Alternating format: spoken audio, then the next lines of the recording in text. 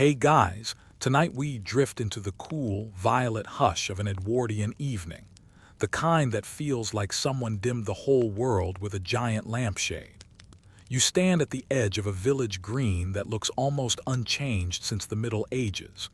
Crooked timber houses leaning in like gossipy ants, chimneys breathing out slow curls of smoke, and right at the center, a tall wooden pole waiting in the dusk like a patient sentinel. The air smells faintly of crushed grass and sun-warmed rope, and you get the sense that if you blink too fast, you'll miss something quietly magical unfolding. And yes, you probably won't survive this if you're allergic to pollen, because there's enough drifting around here to carpet a small continent. So before you get comfortable, take a moment to like the video and subscribe, but only if you genuinely enjoy what I do here. Tell me where you're watching from and what time it is for you right now. I'm always curious how far these little nighttime journeys travel. Now, dim the lights, maybe turn on a fan for that soft background hum, and let's ease into tonight's journey together. Twilight pools around your shoes as you step onto the green, feeling the slight springiness of earth that's been danced on for centuries. There's no welcome committee. Villagers are too busy finishing their quiet preparations for tomorrow's May Day festivities. But nobody stops you. It's the Edwardian era, early 1900s, but this place seems determined to pretend it's still the 1400s.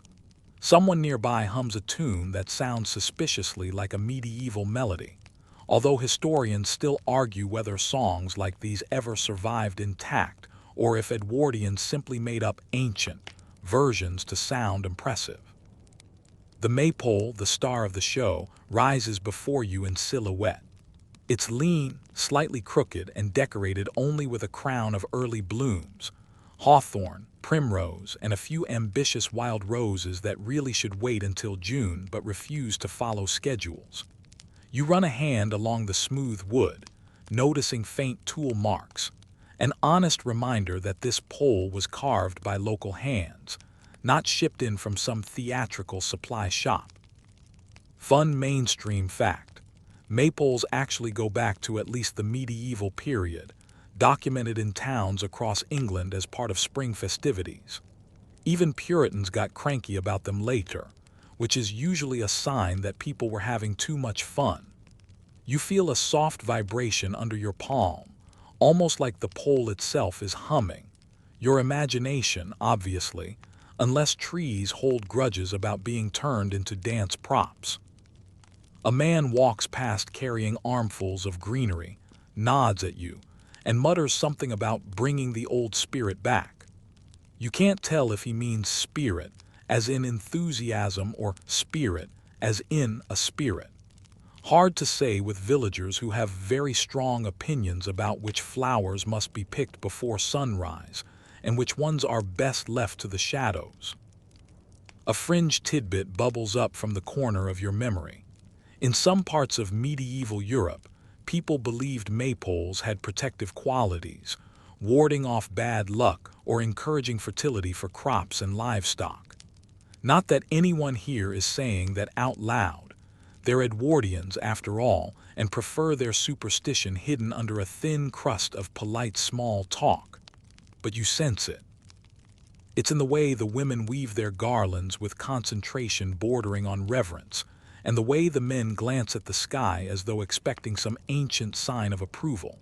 A soft breeze rattles the blossoms overhead, and you follow its trail toward the far edge of the green. There, a knot of older villagers gather like a council of owls, whispering urgently. You catch fragments. Too tall this year. The children won't manage the steps. Not like it was in my mother's day. One woman insists the maypole used to be thicker, properly majestic, not this reed. Another swears it was thinner, sleeker, more elegant. Historians still argue whether maypoles had standardized forms or if villages simply made whatever pole they liked. Judging by the debate unfolding here, it was definitely the latter. As you continue across the green, the sky deepens to a velvety indigo that seems to swallow the edges of the cottages. A lantern flickers to life near the smithy, casting warm light over a pile of tools, spare pegs, coils of rope, and a small hammer that looks unnecessarily angry for a festival job. You lean closer and see someone has carved a tiny face into the hammer's wooden handle. Its expression is halfway between cheerful and "I know what you did last May Day." Your steps carry you toward a small group of teenagers lounging by the well. They're not officially supposed to be here. They should be home helping polish shoes or ironing ribbons. But the gravitational pull of forbidden hanging out time after dusk is strong. They're practicing little bursts of dance steps, a hop, a skip, a turn. One boy nearly falls into the well, which would be a very un-Edwardian way to exit the narrative, and everyone laughs. One girl mutters that her grandmother says they're doing the footwork wrong, but her grandmother also claims she danced with a traveling minstrel who turned into a fox at midnight, so accuracy is questionable. You settle on the wooden rim of the well, letting your legs swing idly as the teenagers continue their loose rehearsal. It's endearing, chaotic, and full of energy, exactly the kind of vibe that led medieval observers to describe Maypole celebrations as boisterous.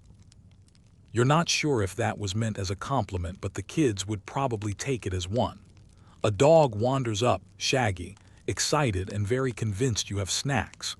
You don't, but that doesn't stop it from sitting on your foot like an overenthusiastic paperweight. You scratch behind its ears, earning immediate best friend status. The dog's owner, an older man with spectacles that amplify his eyes like a startled owl, approaches and introduces himself as a retired schoolmaster. He explains with the utmost seriousness that the Maypole was once considered a living calendar, marking the shift from winter's grip to the warmth of spring. Whether that's historically accurate is debatable. Few medieval documents call it a calendar, but he's so earnest you don't interrupt. "Careful tomorrow," he adds with a wink. The pole has a personality. It leans the way it wants to lean. You're 80% sure he's joking and 20% sure he's blaming a pole for structural problems. By now, the village green glows with lanterns hung from low trees, each light forming a little island in the rising dark. A trio of musicians tests their instruments nearby: fiddle, drum, and a small, reedy pipe. The first notes float through the air in a shaky medieval-ish melody. It's hard to tell if the tune is authentically old or if they found it in a slightly unreliable, ye olde songbook, printed in 1897 by a man who also sold novelty mustache wax. Either way, the sound wraps around you, warm and slightly wobbly, like a nostalgic blanket knitted by someone who didn't follow the pattern. You walk back toward the Maypole as the first stars appear overhead. The pole stands tall, shadows stretching long across the grass, patiently waiting for morning. You can almost imagine the rustle of ribbons that aren't attached yet, the footfalls of dancers not yet assembled, the laughter and mild chaos of tradition revived after centuries. And there you are, breathing in the cool night air, letting your senses absorb the scene. The lanterns, the faint music, the quiet anticipation. You feel perched between two eras, sharing space with people who are trying to honor the past while inventing the details as they go.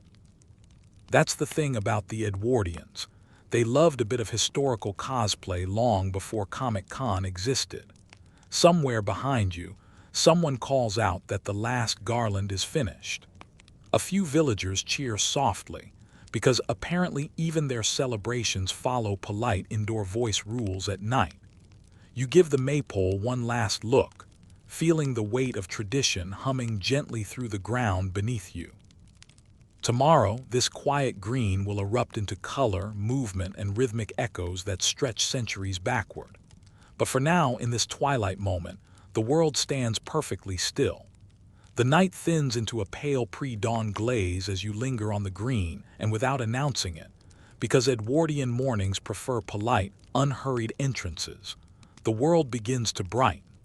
You stretch, rubbing the stiffness from your neck, and let your eyes sweep across the open space in front of you. The village green is bigger than it looked in the dusk, and you finally notice its shape. Not quite a square, not exactly a circle. Something in between, like a geometry teacher's compromise with a cartographer. You wander its perimeter slowly, feeling the dew cling to your shoes like ambitious glitter. The grass here isn't uniform. It rises and dips in easy, almost intentional slopes. A few centuries of wagon wheels, festival steps, grazing sheep, and the occasional road goose have molded this place into a soft, lived-in amphitheater. And you sense it immediately. This green isn't accidental. It's a stage. A mainstream fact drifts into your mind. Many English villages kept communal greens from the medieval era onwards, using them as open public spaces for markets, gatherings, and, of course, festivities like May Day. Some were even part of ancient field systems, leftovers of earlier land divisions. Whether this particular green has medieval boundaries is something historians still argue about, mostly because every historian who visits swears it looks exactly like a site they studied last year. Academics love a dramatic déjà vu. You step into the center, the still empty space where the maypole will soon stand crowned with ribbons. From here, the green's layout reveals its personality. Paths radiate outward like sunbeams, worn smooth by centuries of feet. One path leads to the church, another to the blacksmith's workshop, another curls toward a patch of woodland that suspiciously smells like someone's been brewing cider illegally. You don't judge. History is full of questionable hobbies. You crouch down, dragging your hand over a faint indentation in the earth. It's circular, maybe 10 feet wide, like an old dance ring or a forgotten foundation. A dog trots over and sniffs the same spot with grave concentration, as if confirming your theory. The retired schoolmaster from last night appears again, materializing from nowhere like an NPC who only spawns during lore-heavy moments. He peers at the indentation and says, "That used to be the old ring for the children's dances, before the pole was moved." You open your mouth to ask when it was moved, but he's already wandered away, muttering about breakfast. Useful man, but very committed to cameo-style timing. You straighten up and continue mapping the green with your eyes. The cottages around it form a loose horseshoe, each painted in muted Edwardian colors, cream, moss, dusty blue, like someone curated them for a very calming historical postcard. Some have tiny gardens bursting with early blossoms. Others sport pots of herbs whose labels have faded into cryptic threats. A cat watches you from a windowsill, judging your every step with the intensity of a medieval auditor. As you walk, something catches your attention, a chalk mark near the western edge. You kneel and see faint hand-drawn lines forming intersecting curves. Not modern curves. These look like someone tried to sketch a geometric flower using only memory and sheer optimism. A villager approaches, carrying a basket of bread, and explains shyly that the chalk marks help dancers practice their weaving patterns before the maypole is dressed. "We've done it for generations," she adds, though she also admits her great-grandmother might have borrowed the idea from a pamphlet in 1860. That's the thing about tradition. Half inherited, half improvised, all fiercely defended. You step back and look at the chalk marks again. They resemble a spiral, a star, and a maze all at once. You imagine dancers stepping along those arcs, feet tracing invisible threads, turning geometry into celebration. There's something satisfying about that, a reminder that math is far more fun when you don't realize you're doing it. You follow the chalk lines around a gentle curve toward an old oak tree standing sentinel at the far edge of the green. Its branches stretch out in vast, knotted gestures, as though trying to tell the younger trees stories they never asked for. Tied around its trunk are scraps of faded ribbon pink, white, blue, once bright yellows now quietly mellowed by time. A fringed tidbit surfaces. In some parts of rural Europe, tying cloth to trees was a way to seek good luck or healing. Not official church practice, of course, more the kind of folk ritual that makes clergymen sigh deeply. Whether that's the case here is uncertain. The ribbons could be memories, decorations, or simply what happens when bored children discover knots. You run your fingers along one sun-bleached scrap. It feels like touching a page of history that forgot it was part of a book. A low murmur rises from the cottages. Villagers begin stepping out, shrugging on shawls and jackets, carrying baskets of herbs, strings of flowers, lengths of rope, and one distressingly large sausage that absolutely does not need to be this involved in a morning ritual. Someone greets you with a soft, lovely dawn, isn't it? Even though the sun is barely awake and looks mildly offended at being spoken to so early. You stroll around the green, watching them arrange little stations for their preparations. The blacksmith sets out a wooden sawhorse and a stack of pegs for reinforcing the base of the maypole. A group of women unroll a long bundle of greenery, hawthorn, laurel, ivy, and begin weaving a fresh garland. One warns you not to touch the hawthorn too early because it holds its own opinions about who should handle it, and honestly, you believe her. Even the plants here seem to abide by ancient union rules. You return to the center of the green, letting the hum of activity swirl around you. The geometry of this space guides everything. Where people gather, how they move, how the dance will unfold tomorrow. There's a subtle choreography already happening in the way villagers step around one another, like the green itself is whispering directions. Off to the side, you overhear a mild argument between two men about whether the maypole should stand slightly northward this year, for the sake of symmetry. The other counters that the pole must align with the old line, though what line he means is never clarified. Historians still argue whether medieval festival spaces were designed with symbolic alignments, or if modern romantics invented those ideas to feel clever. Judging from the passion of these men, either explanation is equally possible. You walk the full perimeter once more. With every step, the layout reveals another layer. Faint ridges from past festival tents, a cluster of stones that may have marked an earlier pole, a patch of ground firmer than the rest where countless feet must have pressed during dances. The green isn't just a place, it's a memory map, storing centuries of movement in its soil.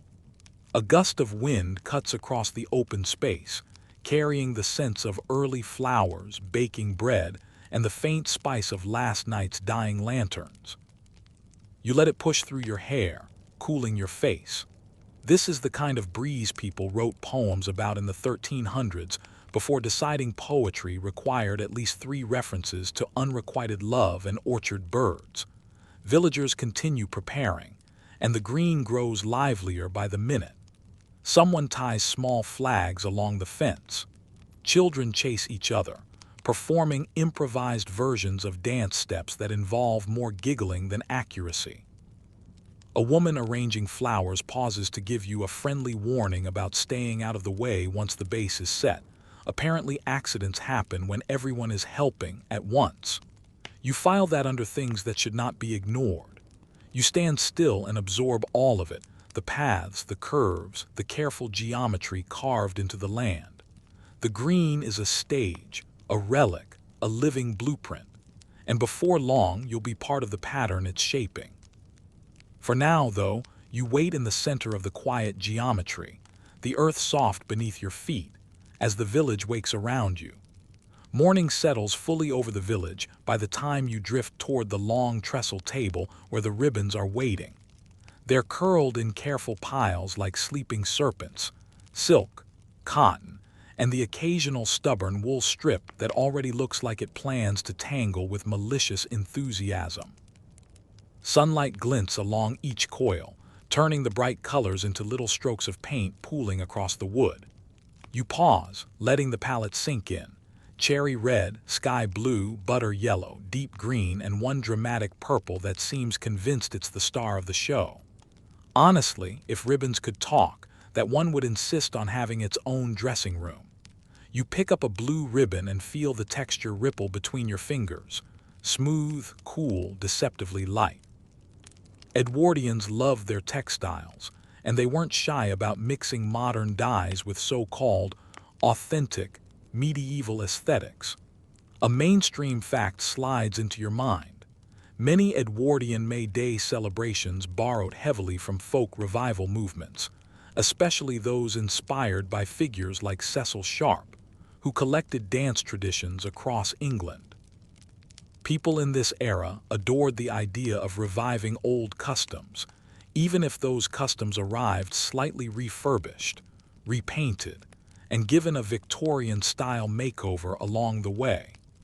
You run the ribbon against your palm and notice how easily it snags on the rough skin near your thumb. You imagine dancers weaving these ribbons tomorrow, each color representing something: spring, renewal, community, unspoken crushes, petty rivalries, or that one couple who insists they're just friends and absolutely nobody believes them. A small girl appears beside you, wearing a crown of daisies that keeps sliding down her forehead like a wilting halo. She informs you very seriously that the red ribbons are for bravery, the white ones for hope, and the green ones for not getting lost in the dance. You thank her for the clarification, even though you suspect she made up all three on the spot. Still, you admire the confidence. Historians still argue whether ribbons ever had standardized symbolic meanings, or if communities simply assigned whatever interpretations fit the mood of the year. The girl darts off, leaving you with a handful of ribbon ends fluttering in the breeze like the world's smallest parade. You watch her rejoin a cluster of children sorting ribbons into color bundles. They're arguing about whose turn it is to carry the basket to the Maypole later. The debate escalates quickly into a heated exchange involving fairness, seniority, and the surprising assertion that Emily cheated at hopscotch last week, as though that crime has deep implications for ribbon distribution. You wander closer to the table, where an older woman, gray hair pinned in tight coils, apron splashed with floral dye, works with the focus of someone orchestrating a military operation. She isn't just sorting ribbons, she's pairing them like a matchmaker. Red should always be near yellow, she mutters, for warmth. She pushes blue next to white for clarity. Then she pairs green with purple because they get lonely otherwise. You don't ask questions. This woman has the aura of someone who could command a small army with a single eyebrow raise. She notices you studying the layout and smiles faintly. Each ribbon has a place, she tells you. Tradition may not remember the exact pattern, but the hands do. You nod, even though your hands would definitely forget everything within minutes. She gestures toward the Maypole, still bare but standing tall in the center of the green, and explains that the ribbons have to be attached in a strict order. Longest first, then brightest, then the rest. Whether this order is ancient practice or just her personal preference remains unclear. A fringe tidbit pops into your memory. Some early references claim that certain towns used ribbons of different lengths so that the braiding would naturally form elaborate patterns without requiring dance expertise. But knowing human nature, it's also possible people just mismeasured the ribbons and pretended it was symbolic. You pick up another ribbon, this one yellow, and notice a tiny embroidered motif near the end, a stylized bird with long tail feathers. You show it to the woman, who beams proudly. That's our village mark, she explains. Some places tie charms to their ribbons. We stitch our stories into them. You imagine dancers weaving these embroidered ends around the pole, creating a kind of folklore tapestry that tightens with every turn. As you step aside to make room for villagers carrying more baskets, you marvel at just how many ribbons there are. Dozens, maybe hundreds. Enough to wrap the Maypole so thoroughly it could disappear under a candy cane spiral of color. A man with a thick mustache and a faintly heroic posture approaches with a bundle of fresh silk. He informs you that the colors were chosen for historical accuracy, though he follows this comment with a wink that suggests the phrase historical accuracy has been stretched so thin it's practically decorative. He explains that the pole originally had fewer ribbons. Too few, he insists, but last year the village committee expanded the palette. If history won't give us color, he says, we'll paint it ourselves. He hands you a handful of purple ribbons, clearly assuming you want to help. The purple is rich, velvety, and carries the faint scent of lavender. It seems almost regal. You help arrange them on the edge of the table, though your method involves more placing things where they don't fall than any meaningful categorization. Some villagers are rolling ribbons into coils, some are smoothing them flat, and a few are swinging them like oversized party streamers because apparently not everyone subscribes to the gentle tidiness philosophy. A boy nearby holds up 2 ribbons, one red, one blue, and asks his friend which looks more adventurous. The friend shrugs and chooses blue, arguing that red is too obvious. A third boy interrupts and picks green, claiming it brings luck.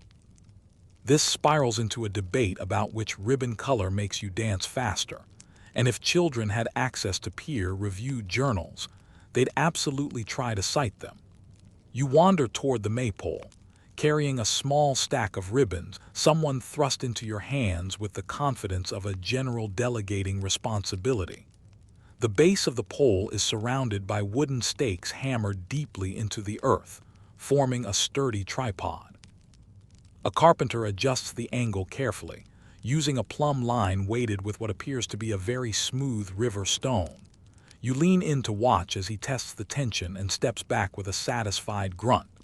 A good pole stands like a soldier, he says. Then he pauses, reconsiders, and adds, but dances like a poet. It's a surprisingly beautiful sentiment for someone whose hands are covered in sawdust. As you approach with the ribbons, you hear 2 women debating the merits of silk versus cotton.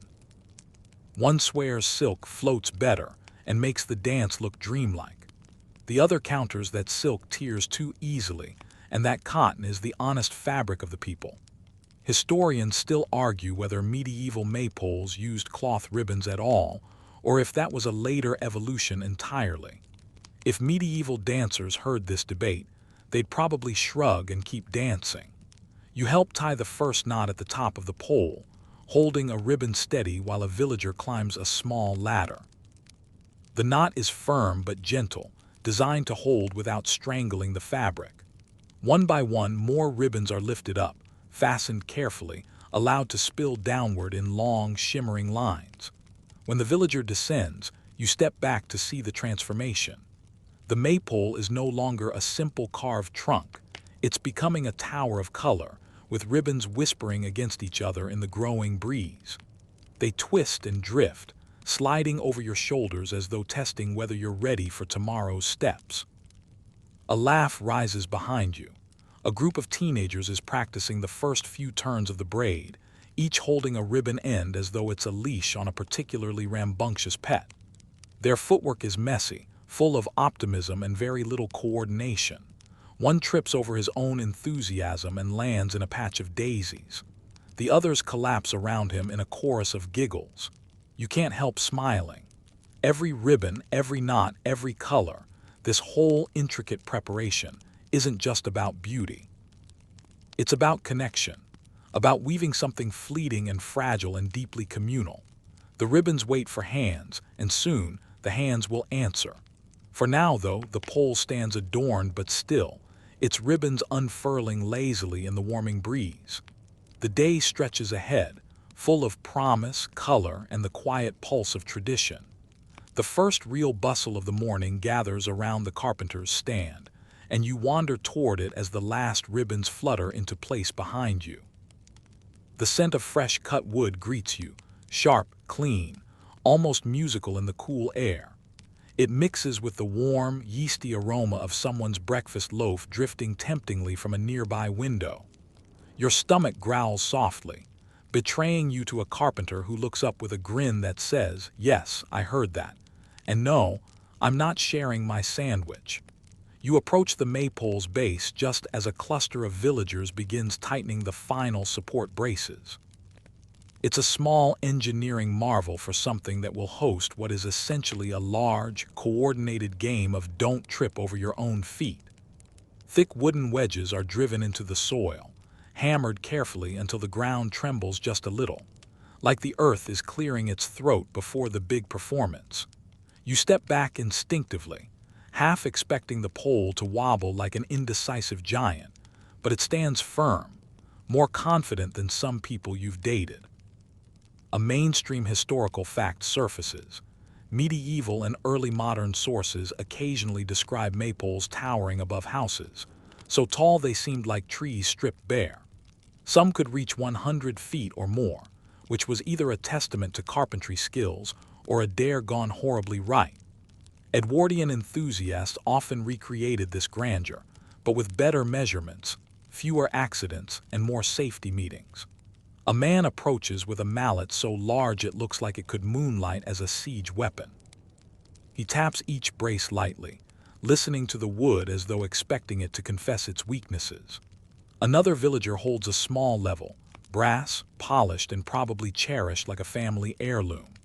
The bubble slides into the center, and everyone exhales in collective approval, even though half of them aren't entirely sure what they're looking for. You nod sagely at the bubble, pretending you, too, understand its wisdom. Nearby, a young apprentice kneels beside the coil of rope that will anchor part of the structure. He's so focused that his tongue sticks out a little, a sure sign of either deep concentration or a lifelong commitment to comedic timing. He ties a complex knot, pauses, unties it, ties something different, then glances around to see whether anyone noticed his existential rope crisis. You look away politely.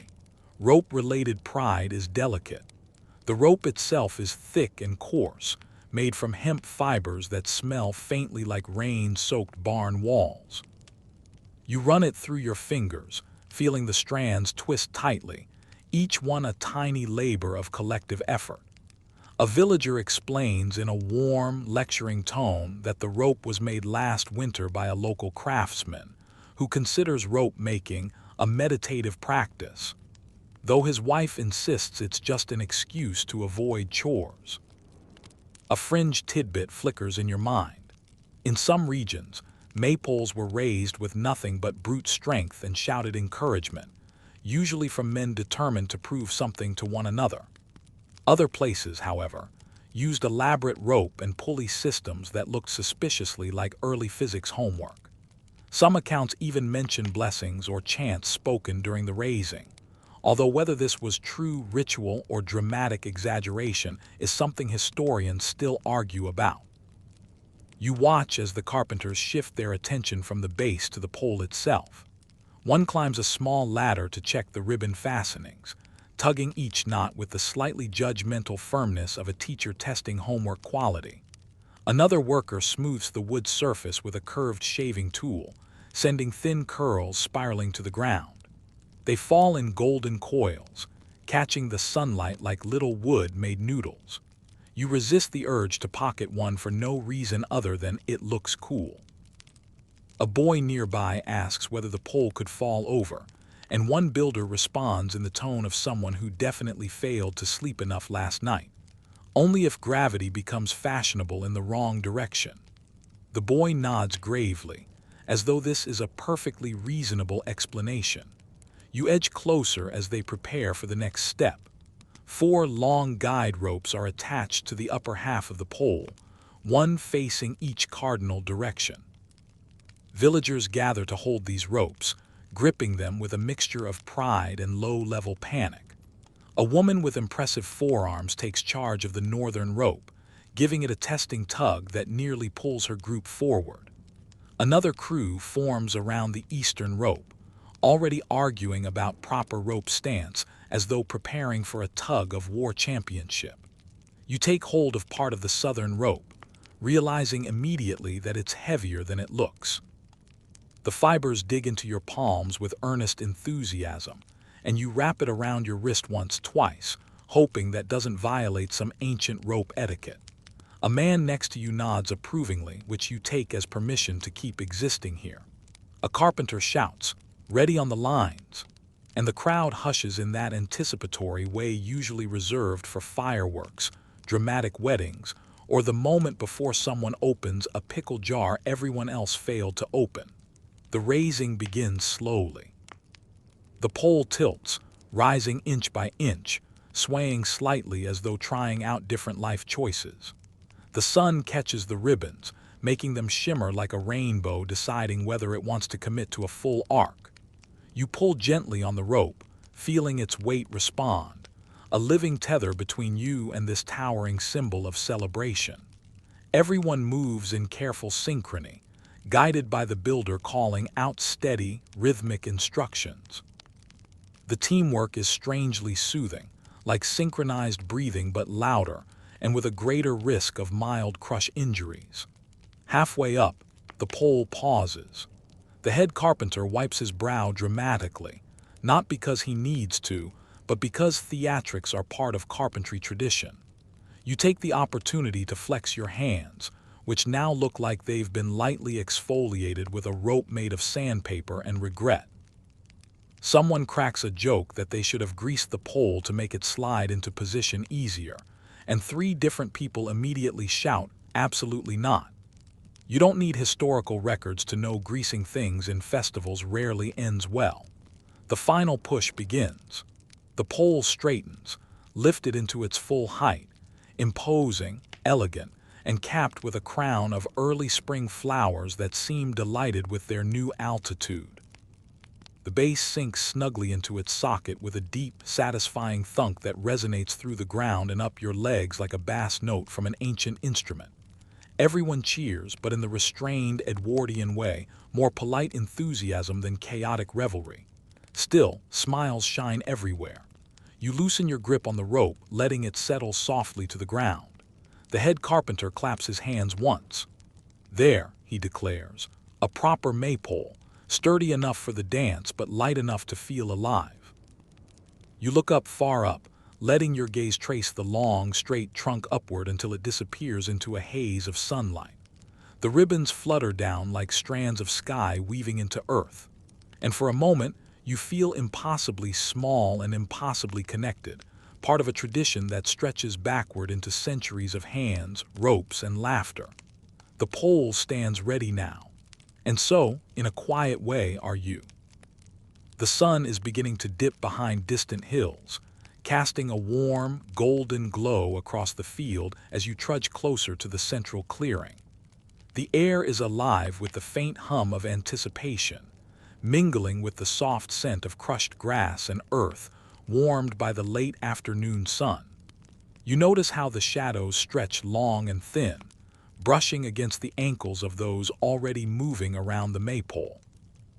There's a peculiar energy here, a subtle insistence that every step you take matters, even if no one notices. You can feel it tugging at your awareness, insisting that history isn't just something you read about in books. It's something you step into, breathe, and move with. You join a circle of dancers whose footwork is surprisingly intricate. Their movements are deliberate, almost hypnotic, each step an echo of long-lost feast days, carried forward through generations. You try to blend in, hesitant at first, feeling the gentle pull of tradition under your feet. Your shoes sink slightly into the soft grass, giving every tap and pivot an earthy resistance. The rhythm begins slowly, coaxing your body into alignment with the patterns traced centuries before.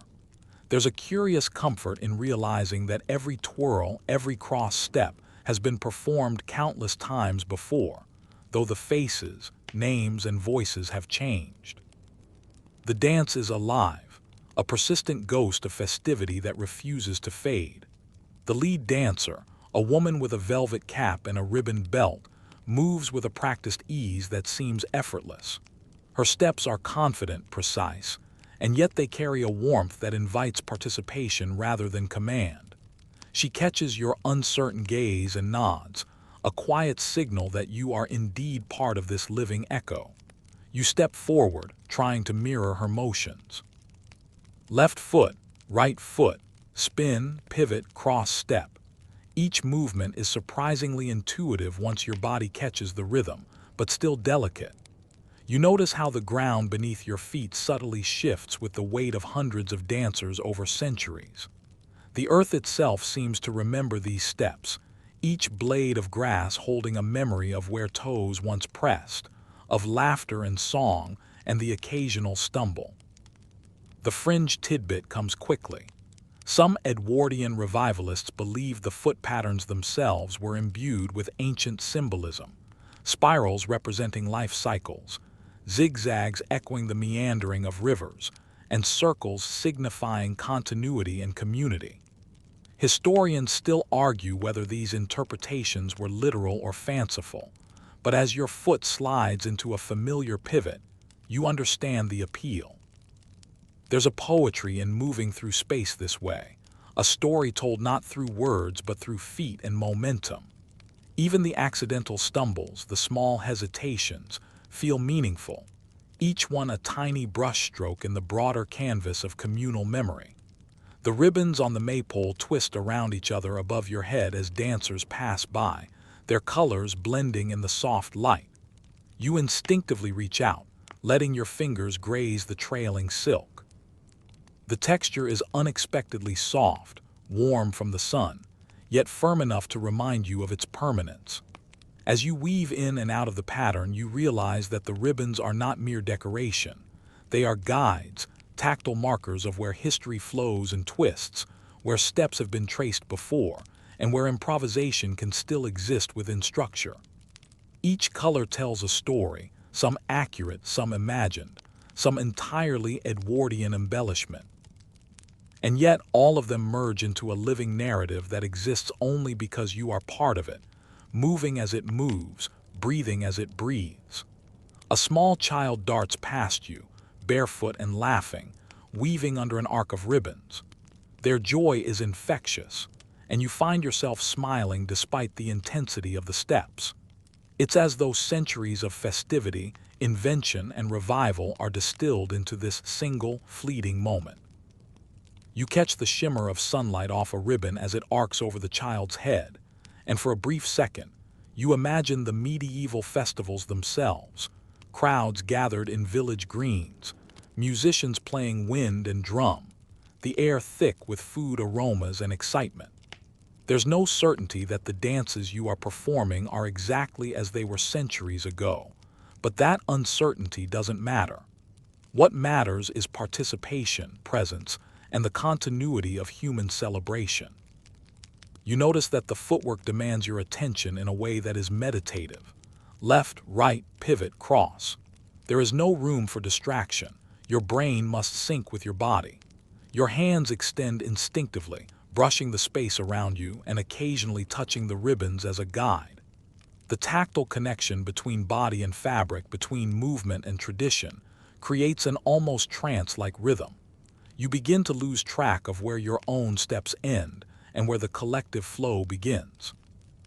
The circle of dancers pulses as a single organism, each member influencing the next, each footfall a heartbeat in the greater rhythm. A historian might argue whether such dances were truly passed down unchanged, or whether they are more Edwardian fantasy than medieval reality, but you feel it doesn't matter. The patterns have persisted in one form or another through centuries of memory, imagination, and playful reconstruction. There's a subtle elegance to that, the idea that you are dancing in alignment with human joy and ritual that has refused to disappear, that survives not in text alone but in muscle memory, in the spatial choreography of celebration. You can almost hear the echoes of long-lost feast days in every pivot, every turn, every cross step, carried invisibly but undeniably into the present. The music rises slightly, a soft medley of fiddle, flute, and hand drum, coaxing the dancers to tighter synchronization. You feel your pace quicken slightly, matching the tempo, letting your body anticipate the next step before your mind catches up. The lead dancer sweeps past, her skirts and ribbons twirling in perfect harmony with her movements. You follow, your own body becoming more confident, more aligned with the rhythm. There is a strange sense of intimacy in this shared momentum. You are anonymous yet essential, part of a choreography that exists because each dancer contributes, because the sequence is preserved and yet constantly renewed. The fringe tidbit surfaces again.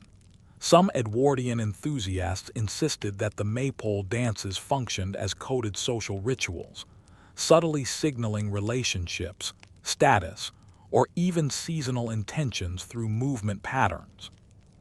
Historians still debate the validity of these claims, but you can't help noticing the subtle glances, pauses, and gestures among the dancers. Whether symbolic or coincidental, it adds depth to the experience. You feel that every step, intentional or improvised, resonates beyond the physical act itself. Movement is communication, storytelling, and preservation all at once. The sun has dipped lower now, painting the sky in shades of rose, violet, and amber. Shadows stretch across the field, twisting ribbons and dancing feet into a tapestry of light and dark. You feel your body moving with effortless familiarity, the steps no longer a conscious effort but an internalized rhythm. Left, right, pivot, cross. The ground beneath you hums with history, memory, and collective intent. Every touch of foot to earth, every brush of hand against a ribbon, is a note in the symphony of human continuity, echoing long-lost celebrations yet alive in your awareness. Occasionally someone falters, a misstep, a slip, but it is met with quiet understanding rather than judgment. Laughter bubbles lightly, blending with the music, and you realize the beauty of this tradition is in its imperfection. Patterns are preserved, yes, but human variance is what gives them life. The dance is a living dialogue, a conversation spanning centuries, where mistakes become part of the story rather than blemishes upon it. You glance upward, watching the ribbons spiral tightly around the Maypole. Their motion mirrors your own internal rhythm, twining, looping, alternating, converging. Each ribbon is a thread of continuity, and each step a stitch in the fabric of history. It's mesmerizing. Your awareness expands beyond your own body. You feel the steps of those who came before you, the enthusiasm of Edwardian revivalists who imagined what had been lost, and the subtle impermanence of the moment, knowing that soon this day, this dance, will only exist in memory. The circle begins to shift, drawing smaller and tighter, and you follow instinctively. The steps become more intricate, weaving under and around others, spiraling back toward the center. You realize that the patterns you are tracing are not just aesthetic, they are connective. Each motion keeps the community together, each pivot and cross step a reinforcement of trust, attention, and shared rhythm. The dance, though centuries removed from its medieval roots, carries the same intent: human connection, celebration, and joy. You feel your heartbeat synchronize with the rhythm of the circle, your breath aligning with those around you. The faintest ache of exertion in your legs is replaced by exhilaration and quiet reverence. You are both participant and observer, actor and witness, tied to a lineage of dancers who may have lived centuries before, yet whose movements survive in this living revival. A playful thought crosses your mind. If only those long-lost villagers could see you now, spinning and weaving beneath the golden light of a fading sun. Would they recognize themselves? Would they laugh at the Edwardian interpretation? You don't need to know. The continuity itself is enough. Finally, the lead dancer signals a slowing of pace, and the circle gradually relaxes, the steps dissolving into gentle, swaying motions. You take a moment to feel the field beneath your feet, the breeze brushing against your cheeks, the soft hum of the surrounding earth and trees. The ribbons hang motionless now, but their presence is palpable, a vibrant, enduring marker of the steps, joy, and human connection you have just participated in. You exhale deeply, letting the last echoes of medieval rhythm settle into your bones, a quiet, persistent heartbeat that will remain long after you leave the field. You step forward, letting the memory of the last tune fade like smoke, and you can practically feel the Edwardian sun thinning behind you as the afternoon drifts toward that curious blue hour hush. The crowd is shifting, A tide of white blouses, tweed caps, and picnic blankets, yet your attention keeps snagging on the thing they keep whispering about. The final maypole of the day. The one the enthusiasts say was patterned after the old way. A phrase everyone here seems to say with vague authority, the way someone at a party might insist they know the best way to make pasta simply because their grandmother once owned a saucepan. But here, in this green field just outside a village that has been reinterpreting its heritage, since before that phrase existed, you catch the glimmer of something more deliberate, something a little mischievous, something that promises you a story. This maypole isn't the earlier bright one you wrapped in soft ribbons. No, this one is taller, darker, and carved with swirling motifs that look suspiciously medieval in the kind of way a film set does. Half accurate, half artistic liberties, but fully committed. Historians still argue whether such patterns were ever part of genuine medieval maypoles, or if they're more of an Edwardian fantasy. Another example of that era's tendency to romanticize the past until the past politely stopped recognizing itself. You drift closer and run a fingertip along the grooves. The wood is smooth, freshly oiled, but the carvings mimic centuries of wear. It's restoration and imagination wrapped into one smooth surface, just like so much Edwardian pageantry. A small group gathers around the base. Dancers, musicians, a smattering of children with wildflower crowns that lean sideways like they're slowly melting. One girl is fiercely guarding a basket of ribbons, as though she suspects ribbon theft is the leading crime in rural England. Maybe it is today. A volunteer in a wide hat hands you a length of deep green fabric, and you can't help but smile. This is your invitation back into the spiral, back into an older dance carried forward by hands that never touched the medieval world but desperately wanted to. The quirky tidbit of the day arrives in the form of an enthusiastic local historian who materializes at your elbow and whispers without context. You know, some Victorian antiquarians believed medieval maypoles symbolized the world axis connecting heaven and earth.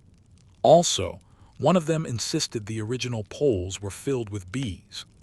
You blink at him, and he nods earnestly, as if you should now be mentally preparing for a swarm of cosmic insects.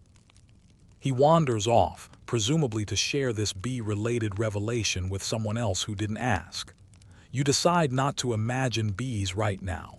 You're here for a dance, not an accidental reenactment of a nature documentary. Musicians strike up a tune, fiddle, flute, drum. The rhythm starts with a heartbeat thump, steady and expectant, tugging your steps into place.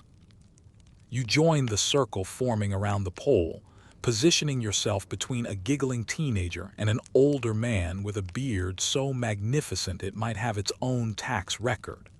The leader calls out simple directions, but the pattern becomes clear immediately. This is the spiral dance, the one meant to wrap the ribbons into a barbershop candy swirl of color.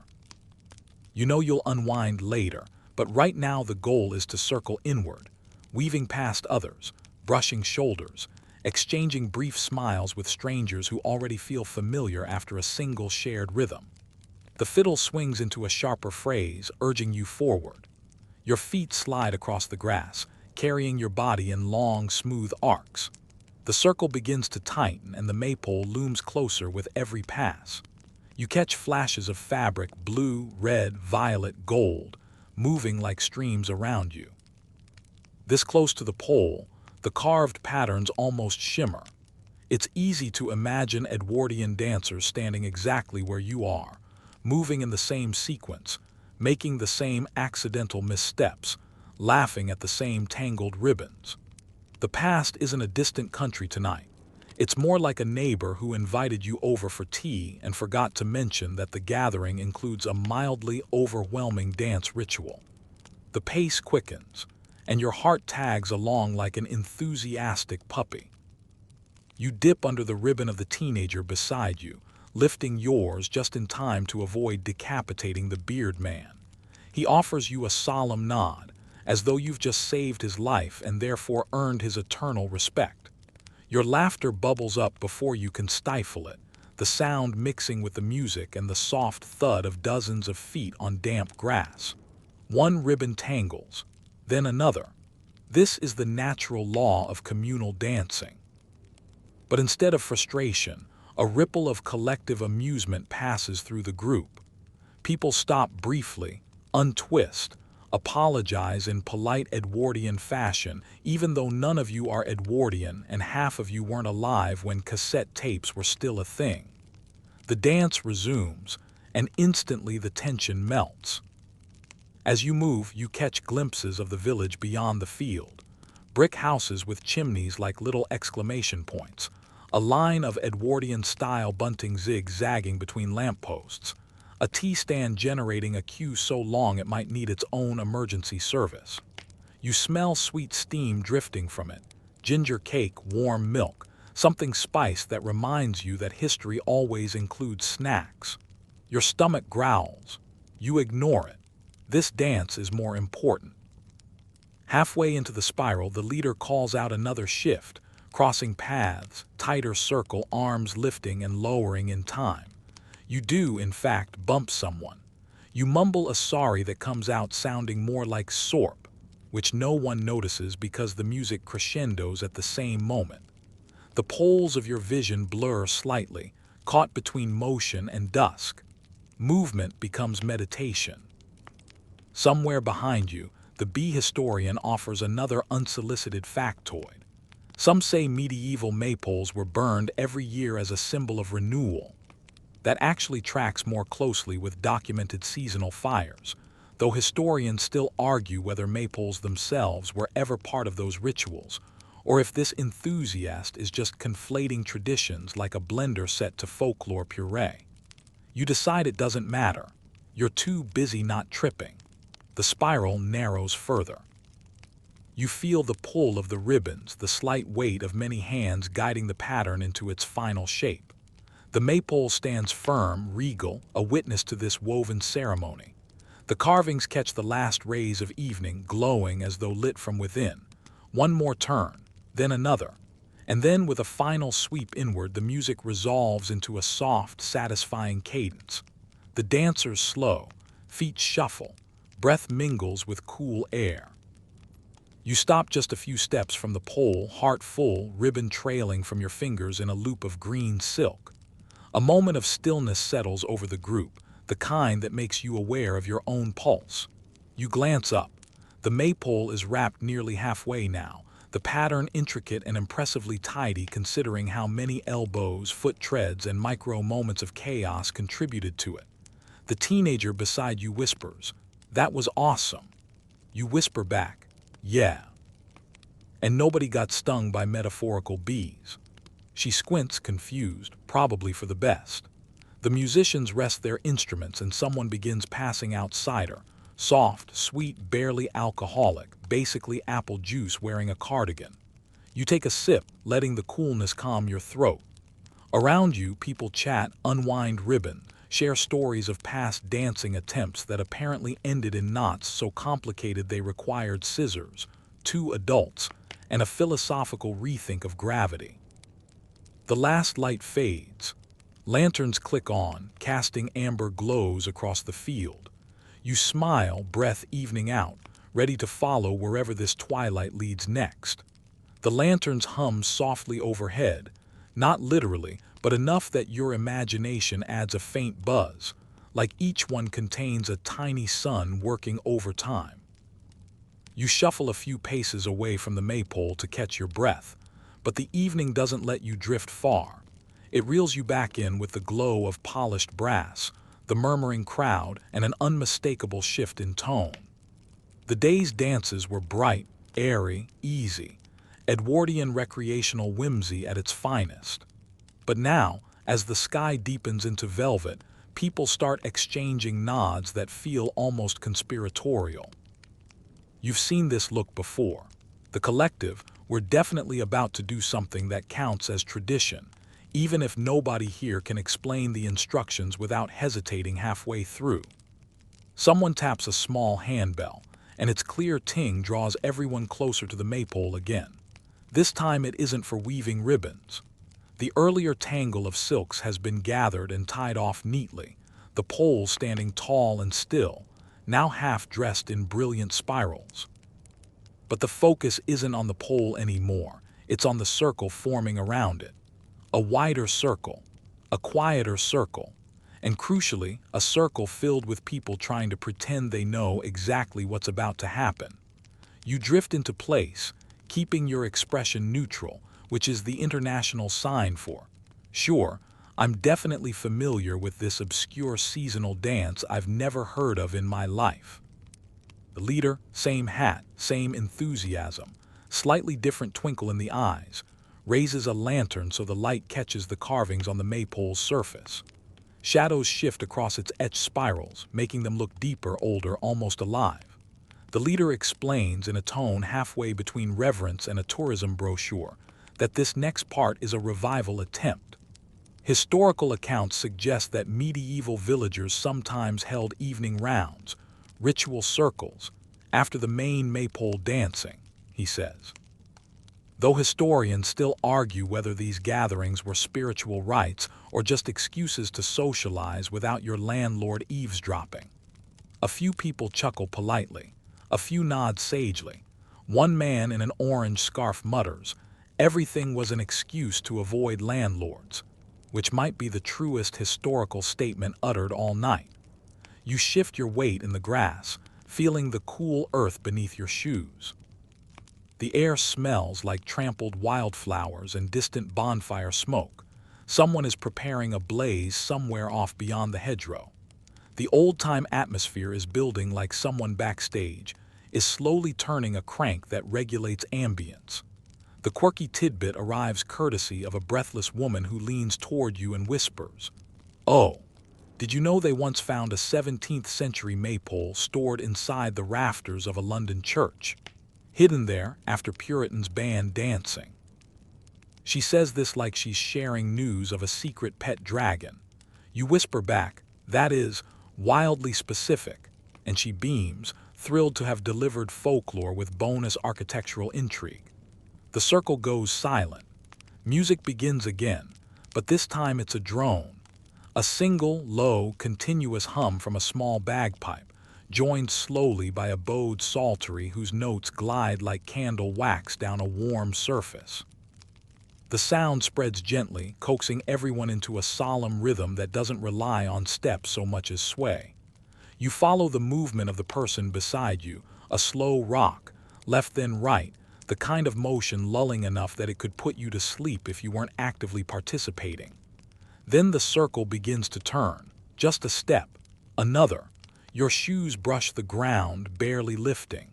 This isn't dancing, this is orbiting. The maypole becomes the center of a human tide, flowing in deliberate, measured rotation. You feel the bodies around you, not touching, but close enough that the shared weight of the group guides your timing. The hats, shawls, and lantern-lit silhouettes form a ring of shifting color. Occasionally someone's elbow arcs gently, someone adjusts their cloak, someone wipes sweat from their brow. It is hypnotic, repetitive, soothing in a way that feels older than the costumes, older even than the carvings on the pole. A child somewhere behind you giggles, the high, crystalline kind that punctures solemnity like a pin to a balloon. The bagpiper gives a brief side eye but keeps playing. You silently thank the child for preventing the ritual from becoming too ceremonial. You weren't quite ready to join a full-blown wood spirit summoning anyway. Overhead, the first stars appear, 3 faint ones, shimmering through the dusk haze. They look down on the circle approvingly, as if thinking, "Ah yes, humans rediscovering their fondness for spinning in organized groups.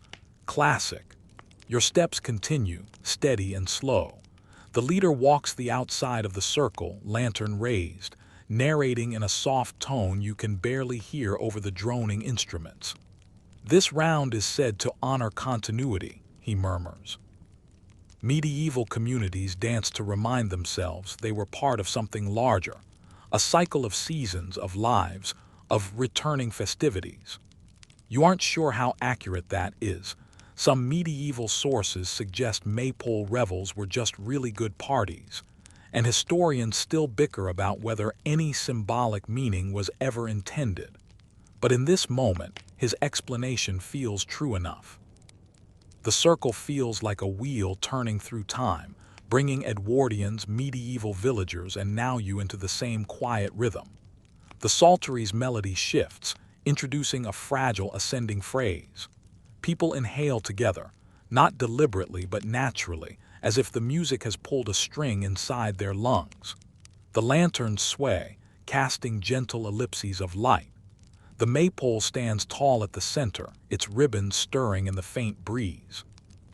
You catch your own reflection faintly in one of the brass lantern frames, soft lit, slightly flushed, breathing in time with 100 strangers. Not a bad look for someone who didn't plan on attending an impromptu historical séance light. The circle gradually slows, steps short. The orbit decelerates until everyone is merely swaying again, anchored by the last lingering note of the psaltery. The bagpipe stops. A hush descends. Then the leader smiles and says, "Right, break for 10 minutes, snacks over there." And the entire sacred ritual atmosphere evaporates like steam. You blink. A second ago you were a mystical time conduit. Now you're a slightly sweaty person in a field hunting for ginger biscuits. You wander toward the refreshments table where plates of shortbread, currant buns, and little cups of something steaming wait for you. You grab one, letting warmth coat your hands. Around you, people chatter, comparing their experience of the ritual circle. "Felt ancient," one says. "Felt like Tai Chi," says another. "Felt like my feet fell asleep," complains someone in sandals. You sip your drink, it tastes like spiced milk and old-timey comfort, and glance back at the maypole. Lanterns still glow, ribbons still flutter, and the sense lingers that something in the air has shifted, deepened, preparing you for whatever the night's next layer will reveal. You finish the last sip of your steaming drink, feeling the warmth settle in your chest like someone placed a tiny hearth inside you. The crowd is still buzzing from the ritual circle, some people stretching out their legs, others dramatically reenacting how they nearly tripped, a few just staring up at the deepening night sky as though waiting for history itself to descend like a benevolent UFO. But then a new tone trickles through the field, subtle enough that you almost miss it. A bright, trilling set of notes from what sounds like a penny whistle. It's the unmistakable call of, "Hey, everyone, the fun part is starting again." People drift back toward the maypole, not in a hurry, but with that contented gathering energy you see after intermissions at outdoor concerts. You find yourself walking with them, feeling that gentle tug of curiosity. The lantern-lit field now looks completely transformed. The children, formerly sprinting about like caffeinated woodland sprites, have been herded into a semi-organized cluster. The adults adjust shawls and jackets. Even the timid dusk moths have decided it's safe to re-emerge into the glow. A small group of musicians sets up near the pole again. Fiddle, whistle, drum, and something that looks suspiciously like a hurdy-gurdy trying its best to avoid attention. One fiddler waves at you with a grin that says, "Don't worry. The circle thing was the quiet part." Now we wake everyone back up. You appreciate the warning. The leader appears, same hat, a little dustier, possibly glowing with the pride of a man who knows he successfully pulled off a revival ritual without accidentally summoning a goat-headed entity. He raises his hands for attention. The field hushes. "This," he announces, "is the Edwardian intertwined dance." People murmur. Someone behind you whispers, "Is that the one that looks easy and then becomes a knot large enough to qualify as a cryptid?" You decide not to look too concerned. The leader continues, "It was a favorite among early 20th century folk revivalists who believed it replicated medieval braided patterns. Historians still argue whether there was any medieval basis at all. Some say it's purely an Edwardian artistic invention." He pauses, shrugs, and adds, "Either way, it's deeply fun and mildly dangerous." There's a ripple of delighted laughter, the kind that says, "Excellent, We're ready to risk minor injury for the sake of historical ambience. You join the forming pairs, ribbon in hand again. This time a fresh one, soft blue, smelling faintly of lavender because someone clearly stored it in the wrong drawer. Your partner is a middle-aged woman with a kind face and the posture of someone who has absolutely dominated at previous folk festivals. She introduces herself simply as Jean and tells you, don't overthink it. Follow the ribbon. If the ribbon betrays you, pretend it was part of the plan. You like Jean immediately. The music starts bright, punchy, full of bounce. The Edwardian intertwined dance begins with big, looping arcs around the Maypole, pairs moving in concentric circles that mesh briefly before separating like waves rolling over each other. You glide through the pattern, your ribbon fluttering like a comet tail. You duck under Jean's arm. She spins neatly beneath yours. Two dancers in front of you twirl so enthusiastically one of them nearly becomes airborne, saved only by the miraculous tensile strength of their ribbon. Half a minute in, you realize the rumors were true. The choreography does pretend to be simple before revealing its true nature as a textile-based math puzzle. You're supposed to weave under one pair over the next, then reverse the pattern on the following rotation. Fine in theory. Mildly chaotic in execution. You duck, step, lift, pivot, duck again, narrowly missing a collision with someone wearing a floral brooch large enough to classify as a hazard. Jean laughs, patting your arm with reassuring precision. You've got it, she says, even though you are demonstrably only sort of getting it. Still, the encouragement works. As the dance progresses, the Maypole becomes wrapped in a shimmering tapestry of color. Gold next to indigo, rose twined with green, your lavender-scented blue slicing diagonally through the growing braid. It looks impossibly intricate, like a 3D Celtic knot diagram that gained sentience and decided to become festive. A quirky tidbit floats through your mind, one you overheard earlier from an academic-looking man carrying an alarming number of notepads. He said that in 1911, an Edwardian dance society attempted to create the most historically accurate Maypole braid, only to spend 3 hours untangling it afterward and nearly missing the final train home. You imagine the scene: scholars, corsets, handkerchiefs, unrestrained panic, history at its finest. The music suddenly shifts, faster, sharper. You feel the acceleration in your feet immediately. Jean whispers, "This is the part where you just trust momentum." You do not like the sound of that, but you try. Pairs now cross the inner circle, stamp lightly on the beat, then fling their ribbons outward in wide arcs. The motion sends a shimmer up the pole, every ribbon tightening in unison. It's startlingly beautiful, like watching color itself inhale. Your breath keeps pace with the rhythm. The world shrinks to the soft thump of feet, the flash of fabric, the brief brushes of arms and shoulders as people whirl past. A few dancers squeal, not frightened, just caught off guard by the sudden rush of speed. You bark out a laugh when someone in the next row shouts, "Left! No, your other left!" And then comes the grand crossing. 16 dancers thread simultaneously between the poles of the outer ring, ducking and weaving like coordinated fireworks. For a split second, you're certain the entire group is about to collapse into an unfixable knot resembling a ball of yarn that lost an argument with a toddler. But miraculously, you pass clean through.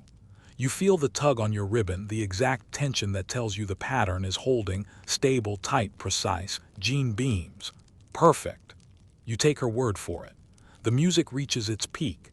Everyone takes the final 3 steps together. Stomp, stomp, sweep. Ribbons tighten. The Maypole becomes a finished spiral, the braid flawless enough that even the most nitpicky antiquarian would need several minutes to find fault. And then just like that, the musicians cut the sound. Silence rings out, warm and breathless. People cheer, laugh, hug. Someone wipes tears of sheer accomplishment.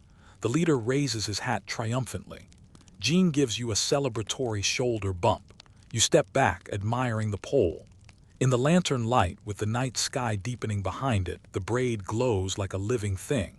an Edwardian dream woven with modern hands, echoing rhythms that may or may not be medieval but feel ancient anyway. Your heartbeat slows. You inhale the cool, earthy dark, and for a moment you feel suspended between centuries, one foot in the now, the other in a world long gone but never entirely forgotten. The cheers fade slowly into the night air, mingling with the lantern glow and the soft rustle of grass bending beneath 100 satisfied feet. You stand there a moment longer than most, letting the sight of the fully braided maypole linger in your mind like an afterimage. The colors coil upward in perfect spirals, each ribbon pulled tight, each crossing deliberate, each pattern a testimony to equal parts choreography and sheer luck. You breathe in, letting the cool evening settle into your lungs like a calming draft. But the event isn't done with you, not even close. The atmosphere shifts again, subtly, the way the air changes moments before a campfire is lit. You sense a gathering tug, people drifting not away but sideways, toward another part of the field where a faint orange glow is flickering behind a line of hedges. You follow them, footsteps crunching softly, passing small knots of dancers still recounting the labyrinth of the intertwined dance with varying degrees of self-congratulation. As you round the hedge, the scene opens in front of you. A fire pit, wide and ringed with stones, stacked with logs that look far too arranged to be natural. The wood is cut cleanly, stacked geometrically, like someone with a mild obsession for symmetry built it.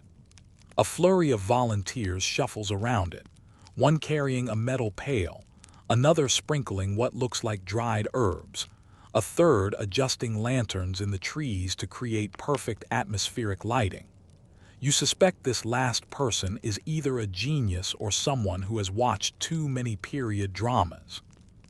A warm burst of crackling erupts as one volunteer kneels and touches a taper to the base of the stacked wood. Flames leap upward with theatrical enthusiasm. People murmur in approval. You step closer, enjoying the sudden wave of heat that washes over your hands and face, a welcome contrast to the chilly night air. Someone beside you whispers, "Ah, the Edwardian fire blessing." You turn. The speaker is a man with round spectacles, a felt coat, and an expression of deep academic sincerity. You know immediately you're about to receive a minor lecture. He continues, derived or believed to be derived from medieval community fires, though historians still argue whether such fires were symbolic or simply practical. He pauses, adjusting his glasses. Personally, I think both. Everything old usually served multiple roles: heat, light, ritual, gossip. Humans love efficiency. You nod, genuinely appreciating his interpretation, and he beams as if he's been waiting all night for someone to agree with him. The leader appears again. Seriously, does this man teleport? Stepping into the fire's halo with a solemn air. His hat casts a circular shadow behind him that makes him look faintly mythic. "Ladies and gentlemen," he announces, "now we move into one of our oldest Edwardian revival traditions, the fire walk."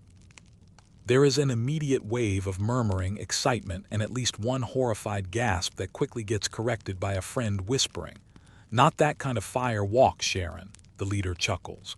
"No one's walking through fire," he clarifies.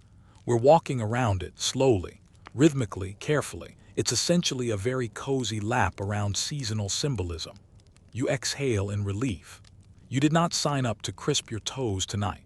The musicians return, but these aren't the same ones from the Maypole. These are drummers, hand drums, frame drums, and one instrument that looks suspiciously like someone stretched goat hide over a cake tin. They begin a low, steady pulse, a heartbeat rhythm that syncs almost instantly with your own. The circle forms naturally, everyone sliding into place around the fire. You join the ring. The warmth reaches your shins, your knees, the hem of your clothing. The flames spit sparks upward like tiny fireflies. The leader begins the slow walk and you follow. Left foot. Right foot. Left, right. The pace is unhurried, meditative, almost sleepy. You feel your shoulders loosen, your mind ease out of its usual chatter. The world simplifies itself into rhythm, fire, and the occasional whisper of wind passing through the hedges. You listen to the murmured conversations around the circle, soft, private, nothing loud enough to break the spell. A quirky moment slips in when a man ahead of you trips on a small clump of grass and instinctively blurts, "Sorry," to the fire as though he's bumped into a dignified noble. The people near him chuckle quietly, but the fire crackles in what you decide to interpret as gentle forgiveness. You continue your circuit. Heat washes into your skin. Your eyes trace the way shadows dance across the ground. The leader raises his voice just enough for you to hear. Edwardian revivalists believed this walk represented passing through the year, moving from light to dark to light again. A gentle reminder that seasons turn regardless of human fuss. You appreciate the sentiment. Your brain files it away into that section marked useful thoughts to pull out during future moments of existential wobbling. As you walk, you catch the scent of the herbs thrown earlier, rosemary, maybe chamomile. Something floral and comforting. The smoke carries it toward you in warm waves, each one brushing your senses with a soothing touch. Someone coughs lightly beside you, and you glance over to find one of the children from earlier, holding a stick far too long for their own coordination. Their adult supervisor confiscates it with the speed of someone who has seen a singed sleeve before. The circle shifts into a gentle hum, not coordinated, not planned, but natural. People begin murmuring tuneless sounds under their breath, letting their voices join the drumming. You follow suit, offering a soft note that blends seamlessly with the others. The effect is hypnotic. Your consciousness settles into a warm, drifting haze. You're aware of everything and nothing at once. It feels ancient, even if it was invented in 1908 by a group of enthusiastic folk dance hobbyists. A break in the rhythm finally comes when one of the drummers, tiny, elderly, and absolutely commanding, gives a sharp concluding tap on her frame drum. The fire pops at the same moment, almost theatrically. The crowd halts, facing inward. The leader grins. "And now," he says, "the wish." People straighten. The drummers set their instruments aside. The leader nods toward the fire. One by one, step forward, toss in a pinch of herbs, and make a wish for the season ahead. Keep it secret or share it, entirely up to you. A line forms. You join it.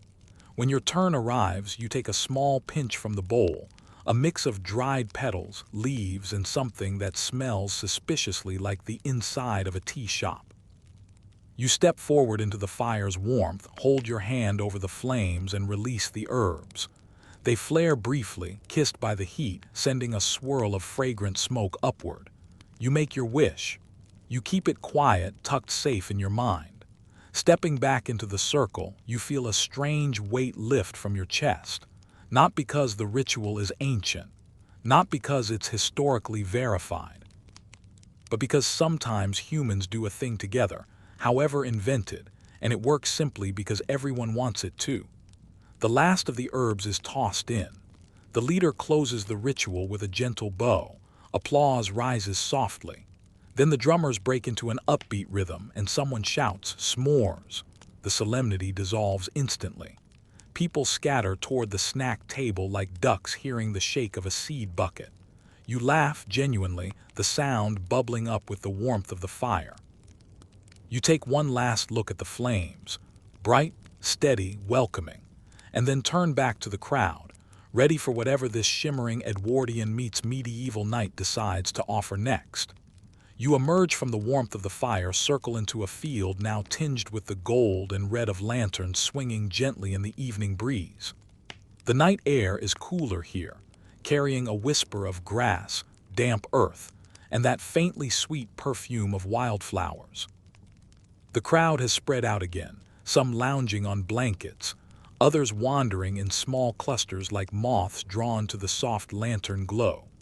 You take a deep breath, savoring it. Tonight feels like one of those rare evenings where time itself has slowed, allowing you to trudge along, unhurried, yet fully present. Someone passes you a small tray of scones and you take one, enjoying the soft crumb and subtle sweetness. Around you, murmurs float like fog, discussions about ribbon placement, which dance step had been hardest, and whether anyone actually noticed the embroidered bird motif you remember seeing earlier on a ribbon. A fringe tidbit comes to mind. In some Edwardian villages, winning a scone or a ribbon, or even the right to tie a knot at the top of the pole, was considered an unofficial honor, sometimes sparking quiet feuds that lasted for months. Historians still argue whether these competition stories were common or just the romantic exaggerations of local storytellers. You smile, imagining a child in a velvet cap holding a scone like a crown. The musicians have moved to a more intimate circle under the branches of a large oak, now playing slower, melodic tunes that drift into the night. The fiddle's voice is soft, coaxing movement rather than demanding it. You wander toward them, letting your feet carry you. Each note seems to pull at something inside, a memory or perhaps an imagined echo of 100 May Day dances in fields long gone. The rhythm is gentle, sometimes bouncing, sometimes sighing, and it nudges you into small, unplanned movements. A tap of your foot, a tilt of your head, a half step into the grass. It's subtle, hypnotic, and utterly charming. Nearby, a group of children has gathered around a small lantern-lit table where they are stringing leftover ribbons into tiny bracelets. One girl, clearly proud, holds up a multicolored band she has fashioned. "It's a rainbow for everyone," she declares. You kneel briefly to help her tuck the loose ends. The fabric is soft against your fingers, and you can't help but marvel at the care with which even small hands craft something delicate yet meaningful. In this quiet, hands-on moment, the human impulse to leave a mark, no matter how fleeting, is tangible. Across the field, couples begin slow, improvised dances, swaying in rhythm with the music. The lantern light reflects off their faces, warm and gentle. There's laughter, soft, intimate, not the loud, boisterous kind you heard earlier. It blends with the night in a way that almost feels sacred. Someone murmurs a reminder to be careful with the ribbons, which have been carefully stored to avoid tangling. But in this softer dance, the ribbons trail lightly, brushing shoulders and arms without restriction. You sense that the ribbons have become more than decoration. They are a connector, a tactile link across space and time, reminding you that even invented traditions can carry a quiet power. A man seated nearby begins to hum along with the fiddle, his voice blending awkwardly but charmingly with the melody. A few others join in, and soon a soft chorus forms, gentle as the breeze. You add your own voice, a timid, sleepy hum that merges with the rest. It feels absurdly comforting. You realize that despite all the ribbons, poles, and intricate steps, the heart of this evening has become a shared rhythm, a collective heartbeat echoing across decades of imagined tradition. The fire's glow from earlier still licks the edges of the field, throwing long, flickering shadows. You watch the flames stretch and twist against the darkness, remembering the ritual herb toss. That moment, though brief, had carried a weight you didn't expect, an unspoken acknowledgement of continuity, of hope, of the human desire to be part of something larger. The ritual wasn't historical fact. It was narrative, imagination, and communal intention combined. And yet, in this field, under lantern light and stars, it feels entirely real. You wander back toward the Maypole for one last look. The ribbons sway faintly in the night breeze, their colors muted in the dim light but still unmistakably alive. You brush your hand along one of the lower ribbons, feeling its texture, a memory of earlier movements, of morning preparations, of laughter, of mistakes, of triumphs. Each thread tells a story, some authentic, some Edwardian invention, all of them woven together into a singular tapestry of experience. You marvel at the interplay of history, fantasy, and human energy, the way past, present, and imagination collide into a single, moving moment. A faint breeze lifts the ribbons higher, and you step back to watch the entire pole. From a distance, it looks like a lighthouse of memory, color, and human effort. You feel a gentle, satisfying fatigue, a mixture of exertion and wonder. Around you, lanterns dim slightly as the night deepens, casting long, soft shadows across the grass. The music slows to a final cadence, a gentle sigh that seems to release the day, letting the field breathe again. You sit on the edge of a blanket, closing your eyes briefly. The taste of scone lingers, mingling with the smell of grass and smoke. The gentle hum of conversation fades into the background as you drift into a quiet observation of the night. The ribbons, the lanterns, the people, the Maypole, the entire Edwardian revival scene stretching its arms backward into imagined medieval roots. You feel the delicate balance of imagination and memory, of invention and tradition, and for a moment, it all feels perfect, timeless, and yours. The field has settled into a gentle rhythm now, the chaotic energy of the day mellowed into a tranquil, almost hypnotic evening. You wander slowly toward the edge, noticing how the lantern light pools across patches of grass, each one holding its own little world of shadow and color. The maypole stands silently at the center, tall and dignified, ribbons swaying lazily in the breeze, a living monument to all that's happened today. Even from a distance, you feel the energy that built up during the dances, the rituals, and the fire walk. It lingers like a soft echo in the air, brushing against your skin like a faint memory you almost forgot. A few late stragglers are still dancing, their movements unhurried, more about connection than choreography now. You smile as a small child twirls beneath a long ribbon, sending it fluttering like a bird in slow motion. You remember the first steps of the intertwined dance and marvel at how something so complex can eventually transform into this effortless play. The contrast between earlier frantic weaving and this gentle freedom is strangely satisfying, a reminder that tradition isn't always rigid. It evolves, bends, and softens over time.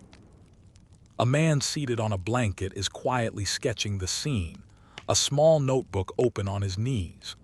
You glance over his shoulder and see the maypole rendered in simple, confident lines, the ribbons twisting gracefully. He whispers something about capturing the essence, not the accuracy, and you nod, realizing that tonight isn't about historical perfection. It's about feeling the story, living it, and letting it breathe. Some historians still argue whether Edwardian recreations were attempts at exact replication or more performative experiments, but you don't need the answer tonight.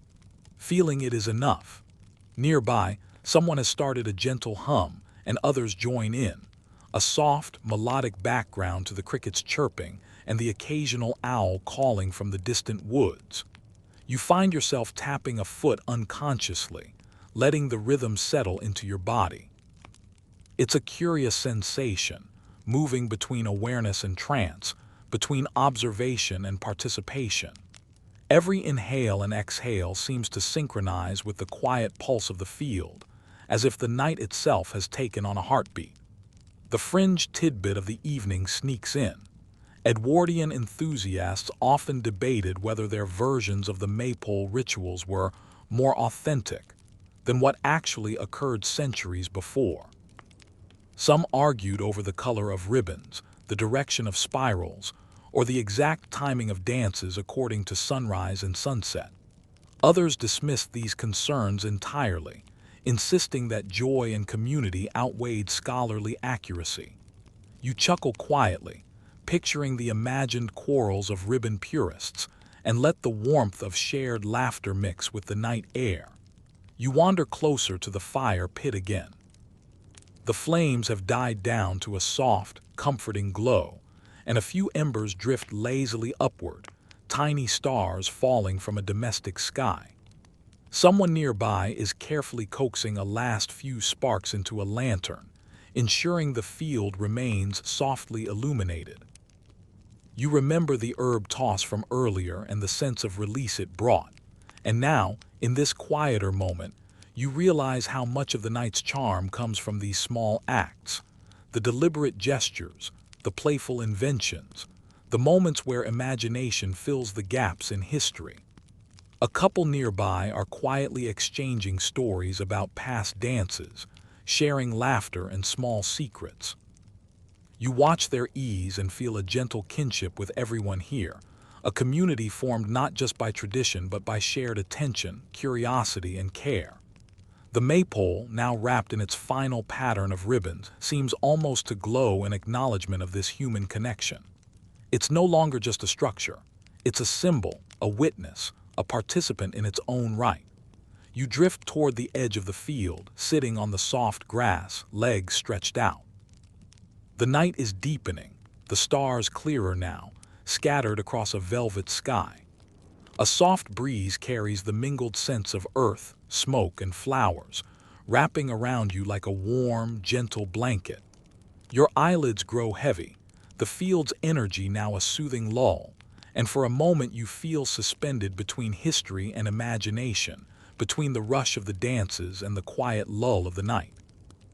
In this suspended space, you realize that the Edwardian fascination with maypoles isn't merely about reviving a dance or honoring a past era. It's about creating connection, weaving joy, and participating in something larger than yourself. Every step, every ribbon, every note of music, every ember of fire carries the same message. You are part of a thread that stretches across time, intangible yet palpable, and that is worth feeling deeply. You lean back, letting the grass cradle you, eyes fixed on the gentle sway of the ribbons under the lantern light. The collective hum of conversation, the faint drumming of distant music, and the quiet rustle of the night weave together into a serene, almost hypnotic melody. You breathe in deeply, the warmth of the day's activities settling into your body, and for the first time in hours you feel completely present, fully immersed in the moment. You let yourself linger on the edge of the field, the quiet hum of conversation mingling with the soft rustle of leaves and the distant, gentle tapping of lanterns swinging in the night breeze. The maypole stands at the center, bathed in the soft amber glow of lanterns, its ribbons now fully settled in a mesmerizing braid. From here, it feels less like a tall wooden pole and more like a beacon, a silent storyteller connecting past and present, imagination and memory. You stretch your legs and notice how the earth beneath you seems to pulse slightly, as if it too remembers the weight and movement of centuries of dances. A few musicians return to play softer tunes, fiddle, whistle, and drum, but this time the melodies are slower, more reflective. You notice how the night air carries each note clearly, letting it linger over the field and sink into the grass, the trees, even into you. It's intimate and soothing, the sort of music that doesn't demand attention but invites reflection. You hum along softly, feeling your voice merge with theirs, small but essential. The effect is unexpectedly meditative. Your earlier exhilaration softens into calm, each inhale and exhale matching the gentle ebb of the music. Around you, couples and families continue to wander. Some pause to admire the maypole, others lying on blankets tracing constellations. Children chase fireflies in loops, their laughter light and scattered, punctuating the soft night sounds. Someone whispers, "It feels almost magical," and you nod without responding, understanding completely. There's a strange sort of alchemy here. Edwardian revival, imagination, and communal joy blending seamlessly with the natural night. A fringe tidbit drifts through your thoughts. Some Edwardian enthusiasts insisted that maypoles represented cosmic order, each ribbon symbolizing a planetary alignment or celestial principle.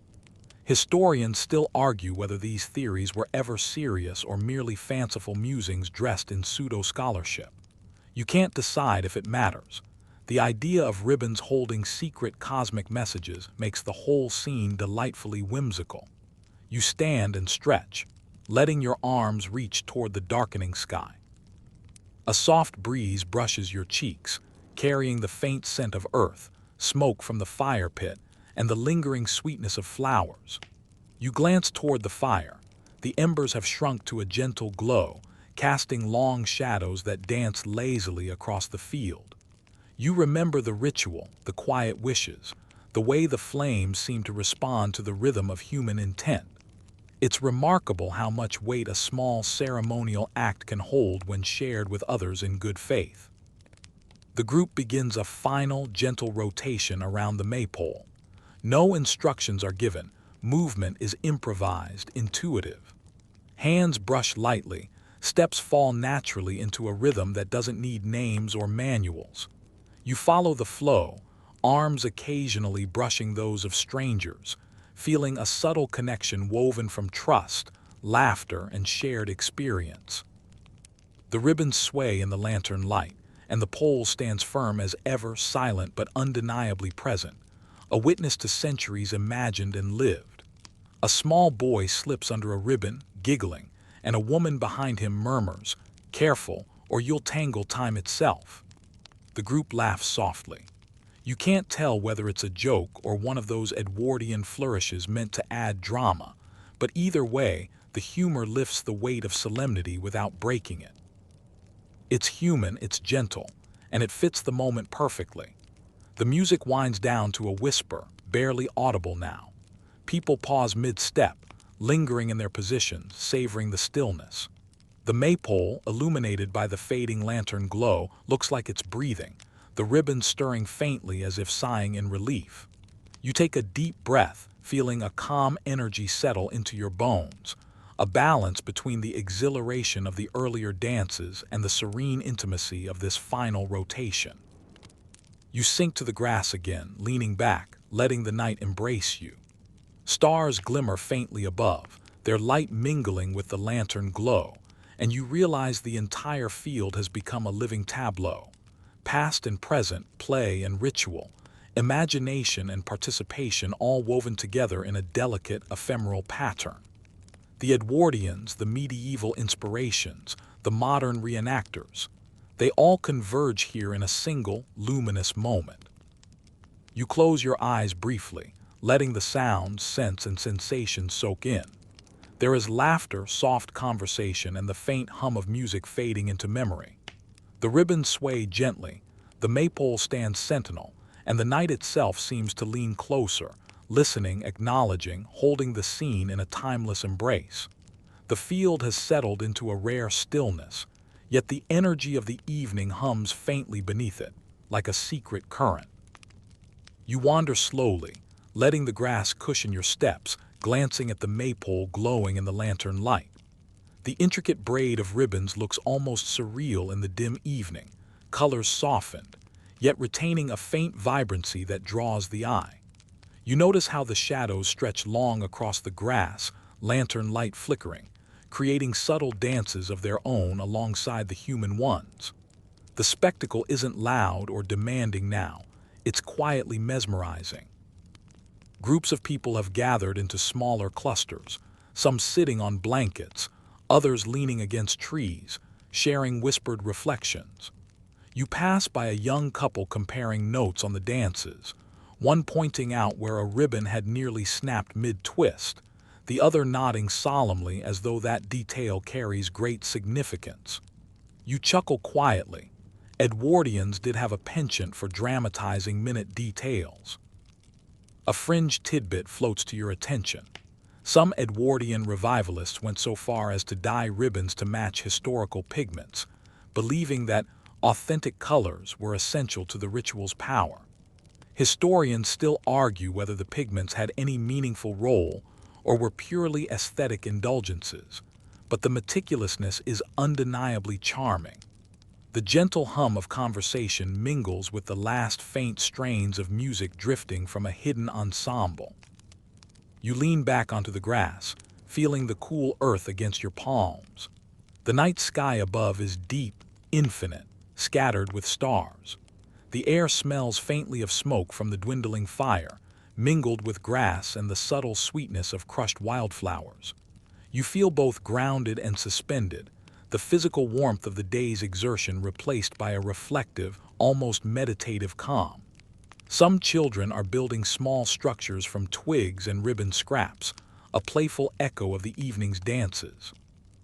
Their laughter is soft, innocent, and infectious, cutting through the hush of the night like starlight. You watch, fascinated, as one boy carefully threads a ribbon through a makeshift arch, explaining its historical significance to a younger sibling with utmost seriousness. You smile. The line between education, imagination, and play is wonderfully blurred here.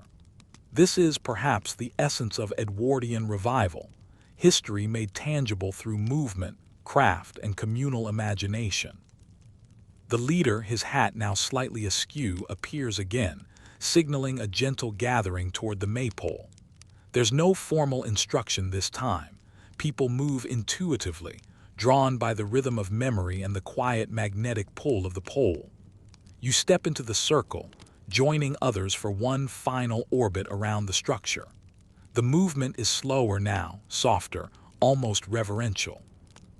There's no weaving, no rushing, just a quiet acknowledgement of everything that has happened, a physical punctuation mark to the day's layered experiences.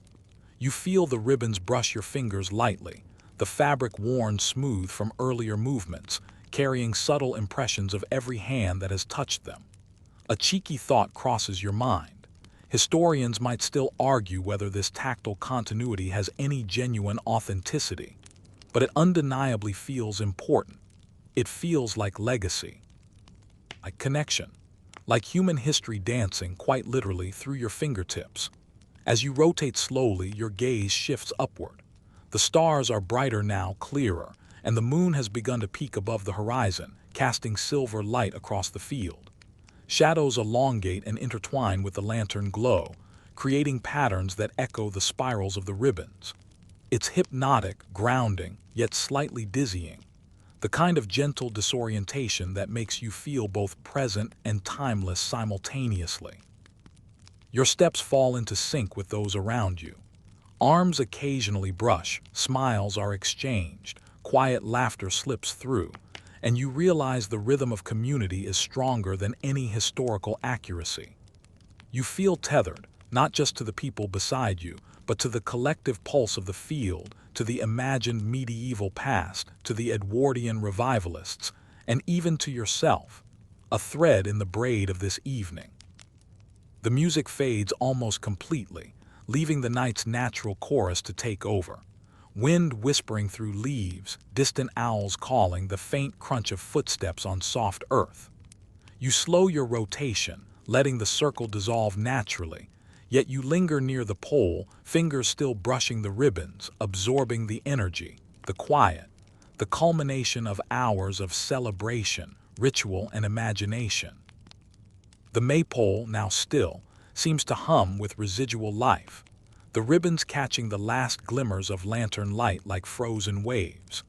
The field is quiet now, the exuberant energy of earlier dances softened into a warm, lingering hum that seems to settle into your bones.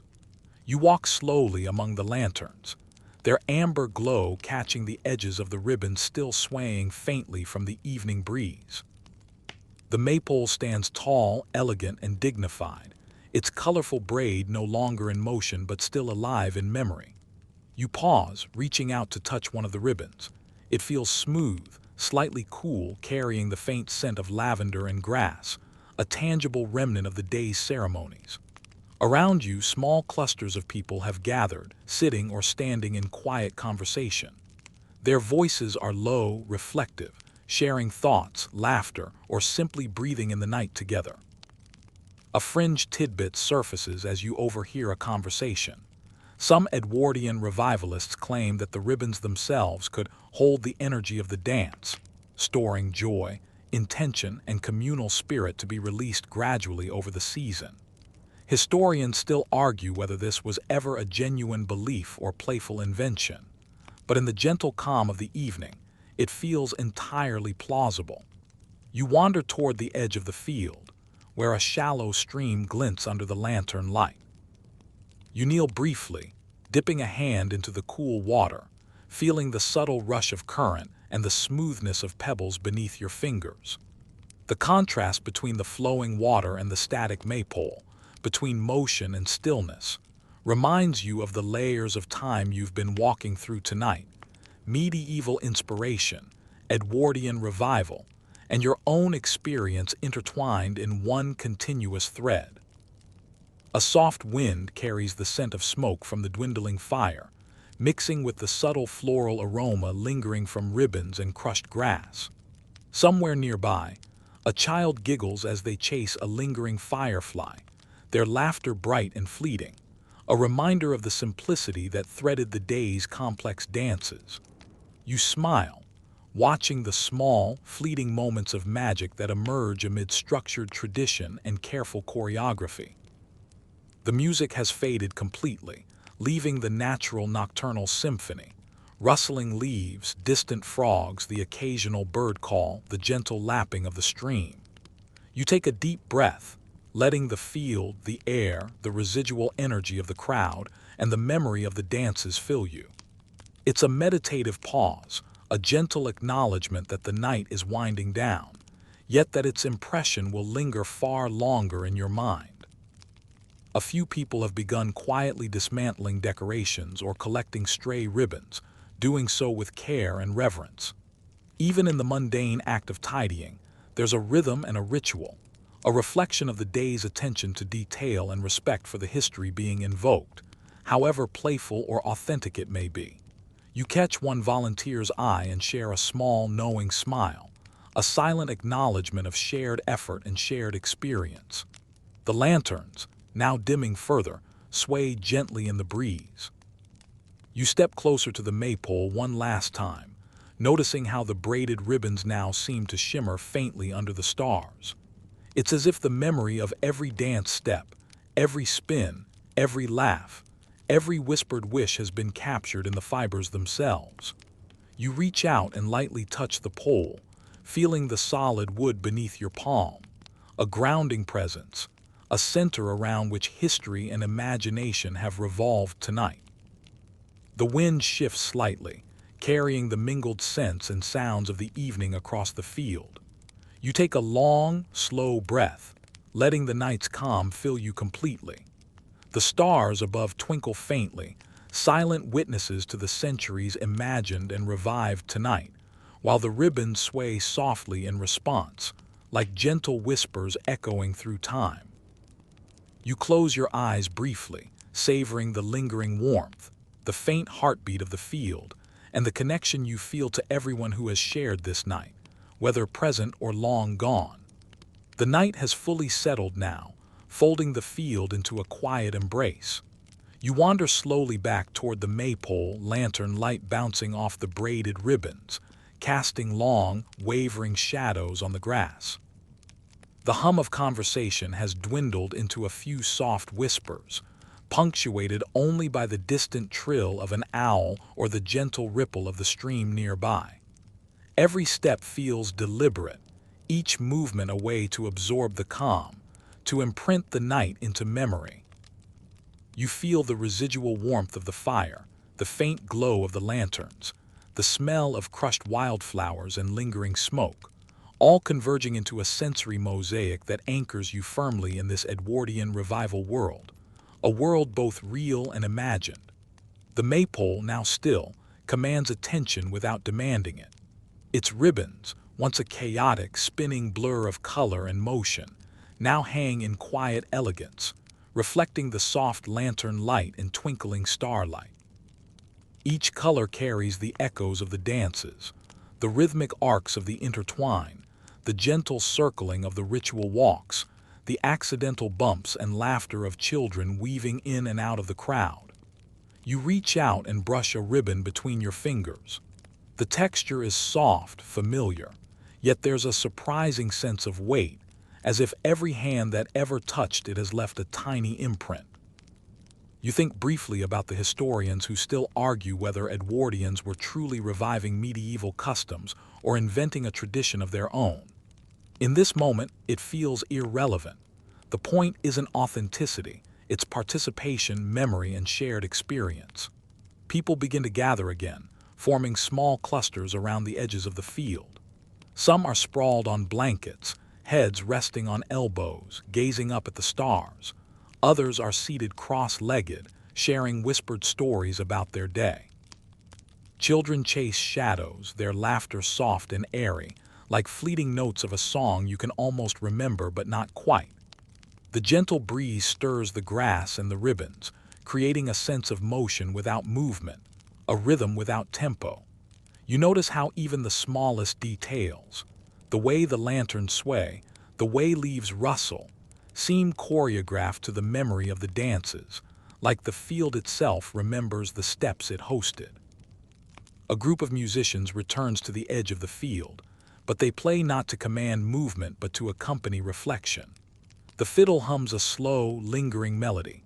A soft drum beats a barely perceptible pulse. The whistle adds delicate notes, drifting like smoke into the night. You drift closer, drawn by the hypnotic cadence, and find a quiet spot near the stream. The water moves silently over smooth stones, catching fragments of lantern light and the last glimmers of the fire's embers.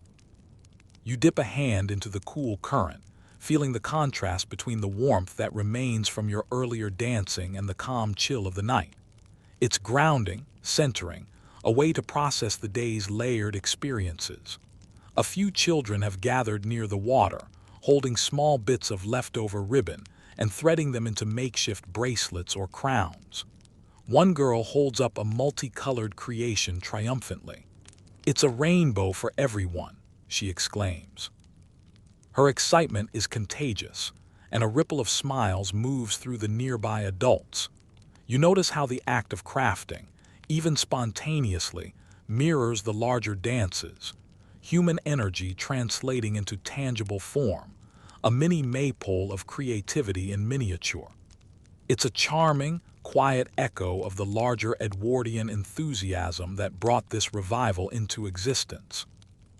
Walking back toward the Maypole, you notice several people lingering at the edge of the field, quietly arranging leftover ribbons, lanterns, and stray decorations. Their movements are methodical, almost meditative, as if tending to the remnants of the day's rituals preserves the energy in some way.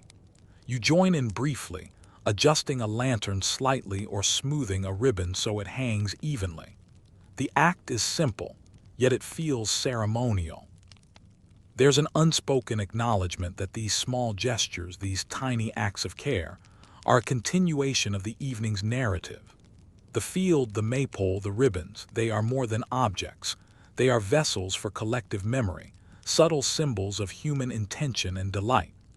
The soft music continues, now barely audible, merging with the natural night chorus. The whisper of the breeze through the trees, the occasional croak of a frog, the faraway call of an owl. It's hypnotic, lulling, and you find yourself moving almost instinctively, tracing the gentle curves of the Maypole's shadow, feeling the texture of the grass beneath your fingers.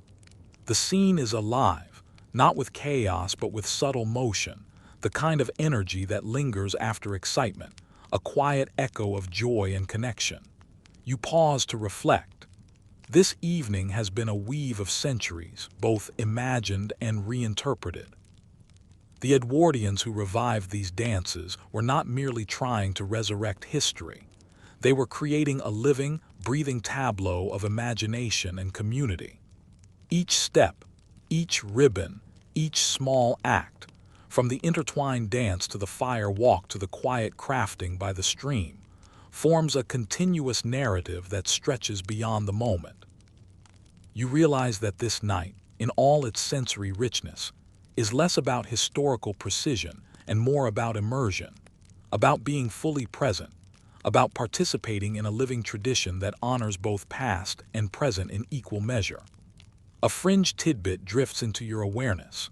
Some Edwardian revivals claimed that the Maypole's height and the direction of ribbon twists corresponded to astrological phenomena, or to patterns believed to affect seasonal fertility and community prosperity. Historians still debate the legitimacy of these claims, but the playful speculation underscores a broader truth. Humans have always sought to connect with forces larger than themselves, to find meaning in patterns, to create rituals that anchor experience. You smile at the thought. Tonight, even if the claims are fanciful, the effect is undeniable. The lanterns are now dim, but their glow persists in your peripheral vision. You sit on the grass, legs crossed, and close your eyes briefly, letting the sensory tapestry of the evening settle into memory. You can still feel the rhythm of the dances in your legs, the warmth of the fire lingering in your hands, the hum of music and conversation threading through your consciousness. Each element is distinct yet intertwined, like the ribbons themselves, weaving a narrative that is both ephemeral and enduring. Slowly, you rise and walk back to the Maypole one last time. You stand in front of it, hand resting lightly against the smooth wood, feeling the quiet solidity that anchors the entire field. The ribbons sway gently in the soft night air, catching the last hints of lantern and starlight. You trace a fingertip along one, remembering the spins, the steps, the laughter, and the small mistakes that had somehow become triumphs. Each movement is imprinted in your mind as clearly as if it were carved into the ribbon itself. People begin to gather near the edge of the field for a final farewell. Soft murmurs of gratitude, quiet laughter, and gentle exclamations of awe fill the space. Someone says, "I can't believe how real it felt," and another replies, "It's the kind of magic you can't plan, only participate in." You nod silently, feeling the truth of their words. The evening has been a delicate balance of choreography and improvisation, ritual and whimsy, history and invention. It is this balance that makes the experience feel timeless, a fleeting bridge between centuries that exists only while you are present. The group forms a loose circle around the Maypole one last time. No instructions, no formal dance, just a shared pause. You notice how even the smallest gestures, a tilt of a head, a soft smile, a hand resting lightly on a ribbon, carry the weight of communal understanding. The air is thick with reflection, with the subtle acknowledgement that this moment, however ephemeral, is complete. You feel the pulse of collective presence, a gentle heartbeat woven from every person, every movement, every laugh, every step, every sigh. A soft breeze picks up, rustling the ribbons, carrying a faint scent of lavender and wildflowers. You close your eyes, letting the sensory tapestry wash over you. Memories of the day, from the dizzying spirals of the intertwined dance to the quiet reflection by the fire and stream, float gently through your mind.